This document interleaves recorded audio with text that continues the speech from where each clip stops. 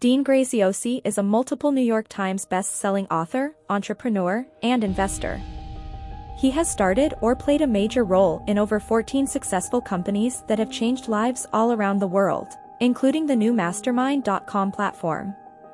His mission for over 20 years has been to deliver self-education to those seeking transformation, fulfillment, and success outside the traditional education path. His most impactful project to date has included being the largest online product launch in history, with a program he co-created with Tony Robbins called Project Next. Dean is now planning to exponentially widen his impact by serving over 1 million new people and exposing them to the self-education industry through his Time to Thrive challenge with Tony Robbins. Here Dean is explaining the current state of economy as of year 2022 and explains how people can thrive in this market instead of being in constant fear over it. Don't forget to like the video and subscribe for more investment content if you enjoy these type of videos. Preparation and anticipation rather than reaction, right? Wayne Gretzky, I love that quote. It's been overplayed, but it said, how is he so good at playing hockey? He said, most people skate to where the puck is. I learned to skate to where the puck was going. And I think if we anticipate and know, so many people we both know have been in business for 15 years or less, they really don't understand it. So they're more scared of the unknown. And if you're a study of history, you can understand it's a cycle, it's happening, and winter is here. I think winter is here, we just all haven't felt the effects yet. And when you go through a time like that, the reason Tony and I are working together and doing events and helping people is because there's some industries, like you said, that they're gonna be at the springtime. They're gonna exponentially grow. And if you saw Warren Buffett in his yearly presentation, I don't know if you saw it, probably 4 weeks ago, he said inflation is here and a recession is inevitable. And there's a couple of things you can do to thrive during a recession, during inflation. And he said one of them, the most important thing, is be a part of an industry or start a business that has high margins.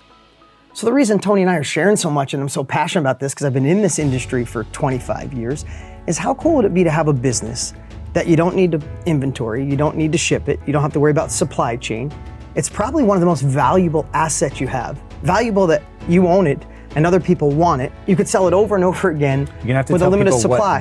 I know, that's what I'm saying. And what it is selling information. It's selling your experience. It's what Tony's been doing for 40 years, I've been doing for 25. If you think about it, how much has information or learning from other people impacted you in your life? I know what a study you are. Yeah, and it's such a valuable asset, and it's not just us anymore, right? 4 years ago, the industry, and let's call it the self-education industry, the influencer industry, the upskill industry, selling knowledge, 4 years ago was about $100 million a day industry. A day? A day. Right now it's $1 billion a day. It's about $340 billion a year industry. And I just read this weekend it's heading towards $1 trillion by 2028. A day or a year? A year. So the trillion will be a year. Right now it's at $1 billion a day, about $340 billion a year. And why that is I don't think people have time for general education anymore. They want specialized knowledge. So instead of going back to school, instead of trying to learn on their own, they're saying, hey, who's already been there? Tom already built a business. Look what he did with Quest. What will Tom share with me? And how can I pay Tom to extract that? Or we've helped people in 4,500 different niches, whether it's going through a divorce, going vegan, doing yoga better, or finding self-love again, or healing through trauma. Somebody has been through that experience, and the world is seeing that they can find a way to unlock it, share it, impact others, and create success. And I think in a time of recession, whether it's the self-education industry, but it's definitely a time you must investigate because it is scary. I was in business in 2009. When the world shifted. I was in business in 2007. That's a kind way of saying it. When the world shifted. It was brutal for a lot of people. And I know that sounds almost insensitive to say some people starve and some people ski, but I think that the foundation is we must get our mindset right. We must prepare and say it's coming. You can't make it worse than it is, and you can't make it better than it is. We must face the reality it's coming. And like Winston Churchill said, those that don't understand the past are bound to repeat it. So learn about it. What's happening? Prepare emotionally to be more of that. I feel like I'm saying too many silly sayings, but they're sticking in my head. Is be more of the thermostat of life rather than the thermometer. Address it. But then it's time to investigate and say, where can I sell something that has higher margins? How can I impact others? And how can I, thrive in this shifting world? And I think that's why we're kind of pounding the pavement right now because it's a time for everybody to either start a self-education industry, bolt it onto your current business, or at least explore and see if it's something for you. You know, to this day, I've been reflecting on this a lot lately because I'm 53 years old and I still have that inner self-doubt. I still have that voice that says, hey, we're not gonna make this. People are gonna figure out you're not that smart. How the hell did you get where you are right now? And that voice has been screaming at me for 50 years, 45 years, but it's always wrong. And here's what I do know is when you watch the news right now, it's so horrific. You can't watch whatever channel you're on, liberal, conservative, down the middle, you're moderate. Doesn't matter what you watch, it's horrific news. We go from a pandemic to inflation and potential recession and from crypto and stock markets crashing. And what I think is whatever inner self-doubt we have, it magnifies it. And we just have to realize that it does. I find myself even going down a path of worrying more than I have, even though I feel financially set and everything can, whatever happens in the outside world, I think I'm fine. And we just have to identify that we've already been through courageous times. We've already been courageous in scary times. We've already found courage when we didn't know we had it. And for me, if I share what's gotten me through it, it's just a little exercise on, I go through a process of why the hell am I doing what I'm doing? And I have 3 reasons that I do it. And I think we all have to find that next level reason because things do get hard and the outside world can be crazy and your friends are gonna start freaking out. And to have that ability to thrive, we must go inside and get out of our head and get into our heart. For me, that little transition is 3 things. I never wanna go backwards.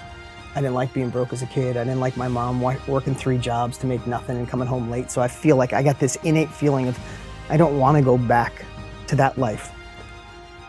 Number 2 is I want my kids to have choices. I'm blessed that my kids are here with me today. Last time I was here 4 years ago, my son came. Now both my kids are 15 and 13 now. I don't want entitled children, but I want them to have choices. And then the last thing is I want to be in control of my life. And these are mine, right?